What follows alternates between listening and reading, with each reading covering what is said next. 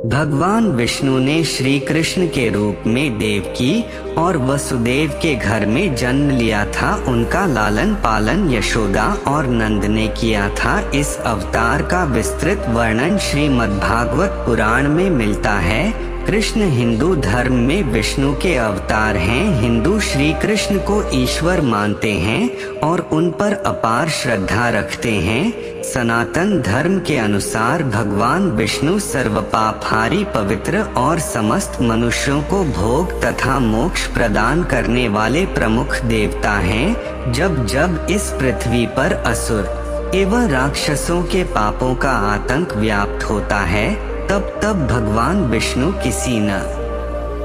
किसी रूप में अवतरित होकर पृथ्वी के भार को कम करते हैं। वैसे तो भगवान विष्णु ने अभी तक 23 अवतारों को धारण किया। इन अवतारों में उनका सबसे महत्वपूर्ण अवतार श्री कृष्ण का ही था। यह अवतार उन्होंने वैवस्वत मनवंतर के 28वें द्वापर में श्री कृष्ण के रूप में देवकी के गर्भ से मथुरा के कारागार में लिया था। वास्तविकता तो यह थी कि इस समय चारों ओर पापकृत्य हो रहे थे। धर्म नाम की कोई भी चीज नहीं रह गई थी। आथ धर्म को स्थापित करने के लिए श्री कृष्ण अवतरित हुए थे। श्री कृष्ण में इतने अमित गुण थे कि वे स्वयं उसे नहीं जानते थे, फिर अन्य की तो बात ही क्या है। समस्त देवताओं में श्री कृष्ण ही ऐसे थे जो इस पृथ्वी पर 16 कलाओं से पूर्ण होकर अवतरित हुए थे।